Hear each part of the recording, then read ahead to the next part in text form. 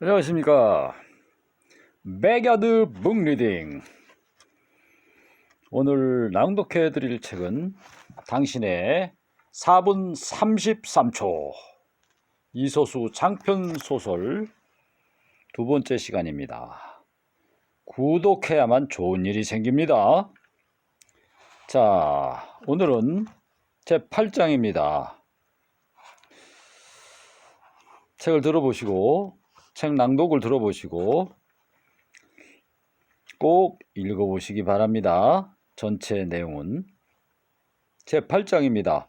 존 케이지는 총보 대신 파트보를 나누어주며 새로운 연주법을 제시했다.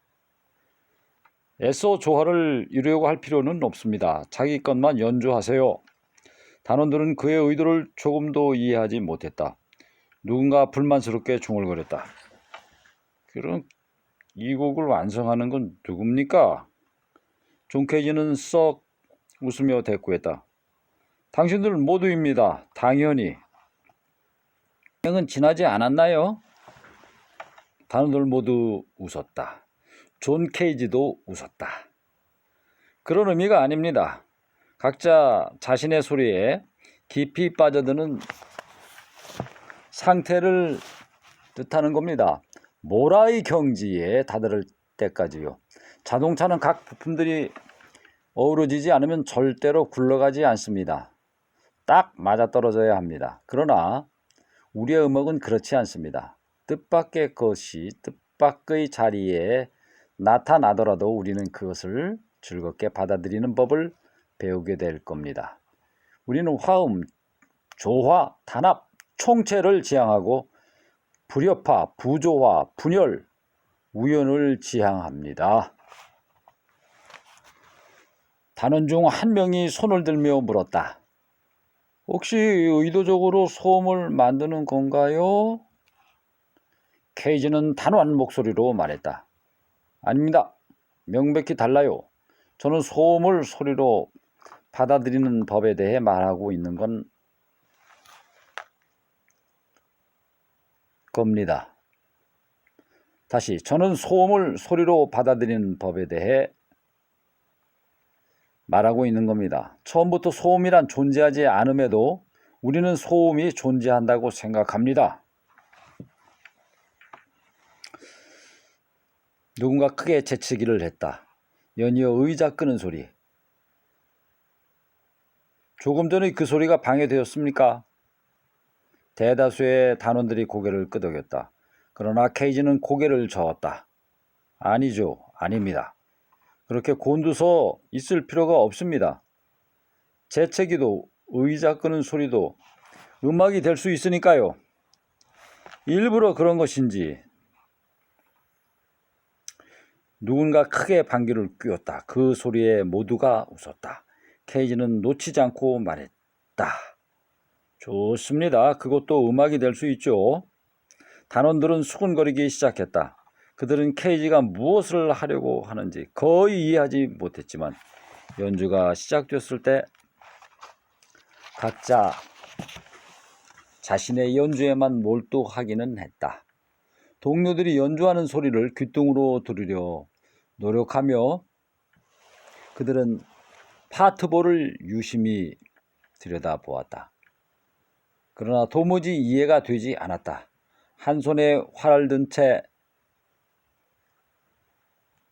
멍하게 앉아 있거나 물을 마시러 자리를 뜨는 사람도 있었다. 문 여닫는 소리가 요란했다. 케이지는 연단에 서서 단원들을 뿌듯한 표정으로 바라보았다. 그레이스는 맨 뒷자리에 앉아 있었다. 케이지가 원하는 것이 무엇인지 진정으로 알아챈 사람이 단 한 명이라도 있을까? 그러나 별 수 없다. 케이지는 이 엉뚱한 일을 청중들에게 태연하게 보여줄 테니까. 그녀는 귓가를 스치는 불협화음, 소음에 가까운 온갖 악기들의 소리를 들으며 지그시 눈을 감았다. 전개를 예측할 수 없는 음악이 도처에서 발생하고 있었다. 발생하는 것을 사랑했다. 노마이 철학자 황제는 말했다. 존 케이지 역시 이 말에 크게 공감할 것이다. 자, 장면이 전환됩니다. 이기동은 홀에 나갈 제육덮밥을 만들다가 문자 메시지를 받았다. 점심시간이 지나고 나서야 비로소 확인해 보니 오랫동안 연락이 끊겼던 1등이었다. 잘 지내냐? 나는 고시 포기했다. 어제 포기했어. 그는 어제 포기했어 라는 문장을 유심히 들여다보았다. 그는 언제 글쓰기를 포기했나? 반년 정도 된 것 같다. 그의 어머니는 김밥집을 확장했는데 혼자서 넓어진 홀을 책임지기엔 무릎이 시원치 않았다. 그는 양파 껍질을 벗기는 법부터 배웠다. 그럼에도 제육덮밥을 만들기까지 일주일밖에 걸리지 않았다. 요리에 꽤 소질이 있었다. 어쩌면 소설보다 더 나은 솜씨 같기도 했다. 그가 쓴 소설은 아무짝에도 쓸모가 없었지만 제육덮밥은 배고픈 손님이 접시 바닥을 탁탁 긁어가며 맛있게 먹어주었다. 설거지는 그의 어머니가 장부를 들여보다가 물었다. 그는 1등에게 급히 답장을 보내고 잔뜩 밀려있는 설거지를 해치웠다. 답장은 금방 왔다. 일단 만나서 얘기해. 어제 고시를 포기했다는 말은 사실인 것 같았다. 1등은 여전히 삭발한 머리였다. 눈썹은 있었지만 끄트머리에 피어싱을 하고 왔다. 어제 뚫었다. 이것부터 하러 갔어. 진짜 어제 포기했어? 그러나 그의 눈에 1등은 오래전부터 모든 걸 포기하고 살았던 사람처럼 보였다. 눈빛이 달랐다. 무심하고 텅 비어 있고 초점이 맞지 않는 것 같고 그의 얼굴을 똑바로 쳐다보지 않았다. 늘 귓바퀴 근처나 이마 혹은 어깨만 봤다. 그는 뒤늦게 결혼 소식을 알렸다. 오래전 노량진에서 함께 어울려 놀았던 장수생이 나의 아내라니. 새삼스럽게 믿기지 않았다. 1등은 뜻밖에도 눈썹만 치켜 세웠을 뿐 놀라지도 않았고 별다른 말도 하지 않았다. 결혼 생활이 어떤지도 묻지 않았다. 나도 여자친구 있어. 어디서 만났는데? 식당에서. 1등은 그 이상은 말하지 않았다. 캐물어도 제대로 대답해 주지 않았다. 그도 금세 흥미를 잃었다. 책은? 그는 무슨 의미인지 모르겠다는 표정을 지었다. 책은 냈어? 나도 포기했어. 반년 전에. 1등은 이번엔 놀란 표정이었다. 왜? 청탁도 안 들어오고 장편 공모전도 떨어졌고 결혼도 했는데 돈을 벌어야지. 1등은 피어싱을 만지작거리며 말했다. 우리 나이가 꿈을 포기하기에 딱 좋은 나이이긴 하지. 벌써 30대 중반이잖아. 내 여자친구는 21살이야. 1등이 벼랑간 말했다. 그는 침묵했다. 다음에 같이 보자. 집으로 놀러 갈게. 누님은 여전하지? 변했어. 1등은 어떻게 변했는지 묻지 않았다. 그도 말하지 않았다. 한참 뒤에 1등이 말했다.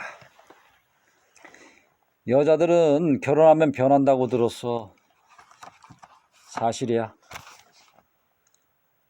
그는 딱히 부연 설명을 하지 않았다. 나는 결혼 안 하려고. 그는 고개를 끄덕였다. 요즘엔 안 한다는 사람도 많더라. 너는 왜 했냐? 그땐 인생이 잘 풀릴 줄 알았지. 아니었어. 전혀? 나도 수능이 내 한계였나 봐. 뭐 상관없어. 이젠 하고 싶은 것만 하면서 살려고. 그 말에 그는 반감을 느꼈다. 우리 나이에 하고 싶은 것만 하고 산다는 게 가당키나 한 소린가? 뭘 하고 싶은데? 일단 아르바이트. 너희 가게 사람 안 구하냐? 우리 엄마 몰라? 나도 겨우 취직했어. 그럼 편의점이나 만화방으로 가야겠네. 그는 누가 삭발한 30대 중반에 실패한 고시생을 아르바이트생으로 써줄까 싶었지만 아무 말도 하지 않았다. 대학생도 일자리를 못 구해서 난리라는데 게다가 고학력자인 1등이 이력서를 보면 더더욱 뽑지 않으려 할 것이다. 부모님은 1등은 닭자 모서리만 쳐다보다가 한참 뒤에 말했다.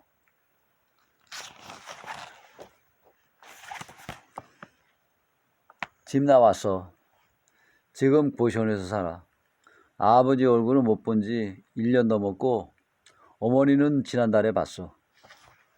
이제 와서 회사에 취직하라더라. 그게 가능하겠냐? 그래도 너는 서울대 나왔잖아. 학원 강사 같은 건 가능하겠지. 논술 강사나 뭐 사탐 강사? 국어 강사? 문과 쪽 아무거나. 과외도 괜찮겠네. 그렇겠지. 그런데 왜 편의점 아르바이트를 하려고? 아무 생각도 안 하고 싶어서 그냥 조용히 살고 싶어. 입 닫고 식물처럼. 1등은 돌연 의자에서 벌떡 일어나더니 주위를 두리번거렸다. 프랜차이즈 커피숍은 대학생들로 꽉 차 있었다. 왜 여기 이렇게 조용하냐? 다들 공부만 하네. 우리 때보다 더 힘들대잖아. 다들 우리말 엿듣고 있는 것 같지 않냐? 1등은 자리에 앉더니 괜히 의자 밑을 살폈다. 그가 물었다. 왜 그래? 벌레. 이런데 무슨 벌레가 있어? 1등은 계속 발밑을 살폈다. 바퀴벌레야. 엄청 커. 그 말에 옆자리의 여학생이 불안한 듯 발밑을 살폈다. 저기 있다. 여학생이 벌떡 일어났다. 그러나 바퀴벌레는 보이지 않았다. 여학생은 짜증스러운 한숨을 내쉬다가 노트북을 들고 다른 자리로 옮겼다. 1등이 말했다. 야, 소용없는 일이 정말 많아. 거의 다 소용없어. 아무리 열심히 공부해도 안 될 놈은 안 되는 거야. 그는 아무런 말도 하지 않았다. 1등이 연이어 말했다. 누님은 처음부터 될 사람이었나 봐. 결국 됐잖아. 그런데 우리는 아니야. 너도 그렇고 나도 그렇고 이게 원점은 아니잖아. 훨씬 바닥이지. 너는 식당에서 일하고 나는 학원 강사나 하겠지. 야, 중학교 때 기억나냐? 그는 일부러 기억이 안 난다고 답했다. 난 자주 기억나. 그땐 어른이 되면 진짜 멋지게 살 줄 알았는데 20대까지는 그런 생각을 유지하고 살았는데 이젠 불가능. 야, 사람이 언제 늙는지 아냐? 몰라. 희망이 없다는 걸 알 때 그 즉시 늙는다. 1등이 처음으로 그의 눈을 똑바로 쳐다보았다. 그는 시선을 피했다. 1등의 얼굴은 늙었다. 폭삭 같다. 그의 얼굴 역시 그럴 것이다. 그는 뭔가가 그들 곁을 막 스쳐 지나가는 것을 느꼈다. 기차처럼 생긴 뭔가가. 시절? 아마도 스스로를 젊다고 생각했던 한 토막의 시간체일 것이다. 그 시간체가 그들 곁으로 되돌아왔다가 다시 빠져나갔다. 시간은 그러고 보면 절대 선형이 아닌 것이다. 그가 알고 있던 시간은 시간이 아니었고 미처 몰랐던 시간이 시간인 것이다. 그는 금강경을 떠올리며 생각했다. 너 금강경 읽어봤어? 1등은 황당해하는 얼굴로 되물었다. 뭐 임마? 자, 다시 장면이 전환됩니다. 수강생은 선불교를 선뜻 받아들이지 못하는 부류와 존 케이지처럼 적극적으로 받아들이는 부류로 나뉘었다. 선불교의 중심 사상인 공을 잘못 이해한 학생들도 속출했다. 어차피 모든 게 공으로 돌아간다면 노력해서 무엇하겠는가? 그들은 회의적으로 변했고 냉소적인 태도를 취했다. 케이지는 그들에게 공은 그런 의미가 아니라고 말하며 교수에게 도움을 요청했다. 그들은 대학 식당에서 함께 식사를 하는 중이었다. 교수는 뜻밖에도 그의 요청을 듣지 못하는 것처럼 행동했다. 7명의 수강생이 자신을 쳐다보고 있는 와중에도 포크로 양상추를 찍어 먹느라 바빴다. 참다 못해 케이지가 말했다. 제 말을 들으셨습니까? 설명 좀 부탁드립니다. 설명이 불가합니다. 교수는 대번에 잘라 말했다. 케이지는 강의 시간에 했던 말을 다시 반복해달라고 요청했다. 중요하지 않습니다. 선불교의 핵심은 그 어떤 것도 정해진 모양새가 없다는 것입니다. 정해진 뜻도 없습니다. 모든 것은 서로 연결되어 있고 그 관계 속에서 위치와 의미가 바뀝니다. 모든 것은 변합니다. 그것 또한 고정된 사상 아닌가요? 붉은 머리의 수강생이 도전적인 노조로 물었다. 하지만 교수를 자극하기엔 역부족이었다. 교수는 도무지 목소리를 높이거나 인상을 쓰는 법이 없었다. 자, 여기까지. 감사합니다. 구독하면 좋은 일이 생깁니다. 자, 나머지 부분은 궁금하시죠? 책을 구매해서 직접 확인해 보시기 바랍니다. 감사합니다.